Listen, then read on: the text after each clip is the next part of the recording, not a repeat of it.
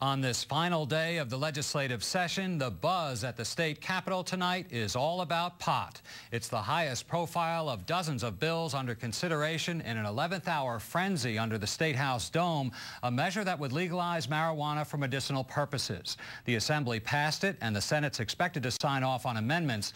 The action would make New Jersey the 14th state to allow medicinal marijuana. Now, State House correspondent Zachary Fink is standing by live at the Capitol with the latest. And Zach, pot was the burning issue at this last session, if you'll forgive the pun. Well, it certainly was, Jim, and forgive me for speaking in a low tone, but the session is actually taking place here behind me. In the end, the Assembly passed it 48-16. Now, critics have been saying that it's a major cultural change for New Jersey. In other words, when you open this door for marijuana, even for medicinal purposes, it's going to open the door to other legalizations, more liberal laws concerning other drugs. Not so, say supporters who say that New Jersey's is the most restrictive in the nation, more so than any other state. Last February, the Senate passed the Compassionate Use Medical Marijuana Act. However, the Assembly opted not to vote on it before the end of the fiscal year after objections were raised by law enforcement groups and others who said it was too liberal. Last week, amendments were made which put the bill back on the agenda in both houses on the last day of the legislative session. The good bill that passed the Senate, I think, is a little bit better now. It's tougher. We've protected the rights of patients with serious chronic illnesses to get the relief that only medicinal marijuana can provide. We've also listened to law enforcement to make sure that the bill is a tough one so that they can enforce it properly, so that marijuana, frankly, isn't falling into the hands of people that don't have a legitimate medical need for it. Some of the changes are obvious. For example, instead of allowing people 1 ounce to smoke a month, they can now purchase up to 2 ounces of marijuana.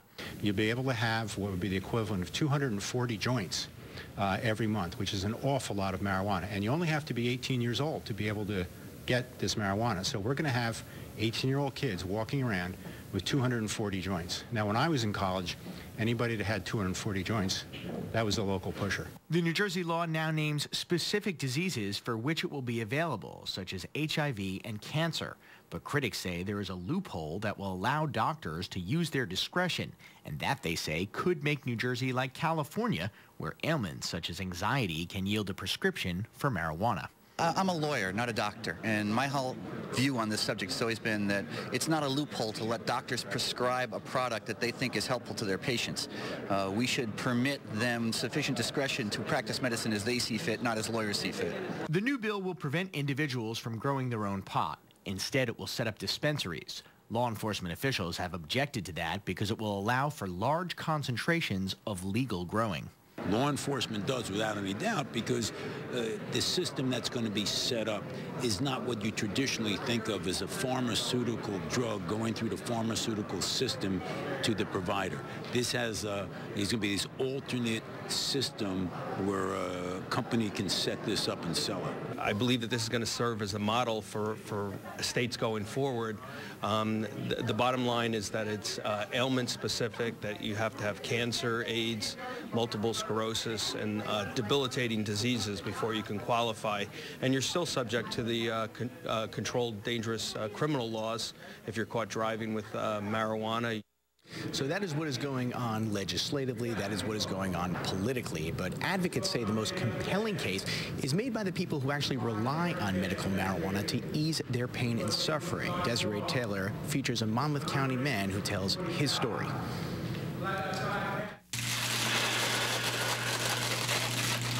And I inhale it. Instantly, I could get rid of the morning aches. Chuck Kwiatkowski says those morning aches would intensify into excruciating pain throughout the day if he didn't use marijuana. He's suffered from multiple sclerosis for 14 years. Because of the pain, he's unable to work. He's tried a variety of prescription drugs that are supposed to offer relief, but he claims they're not as effective, and he's concerned about the side effects. May cause dizziness, may cause drowsiness. They all come with thoughts of suicide. It's quite difficult to live with all of these pills and try to find one that works. What works, he says, is marijuana. He has to buy it off the street, which is risky because it's illegal. He uses a vaporizer, which emits virtually no smoke, in the basement so his daughters don't see. Having children and homework and normal things to do come with a price. For me, that price is medical marijuana. It's time the state came and made it legal so that patients are protected. Today in Trenton, Kwiatkowski joined other supporters of a bill that would legalize the use of medical marijuana for patients suffering from a variety of illnesses. It allows registered patients or their caregivers to purchase up to 2 ounces per month at alternative treatment centers. Patients, however, could not grow their own pot, which Kwiatkowski says is unfortunate because medical marijuana is sometimes very expensive. Patients need help. They need help to be able to afford it, and growing it is the #1 way that patients should be able to do it. Want me to hold you? Being able to do little things like hold his youngest of 3 daughters in his arms or help with household chores is all possible, he says, because of marijuana. The temporary relief it provides helps him live his life with dignity. Desiree Taylor, NJN News, Hazlitt.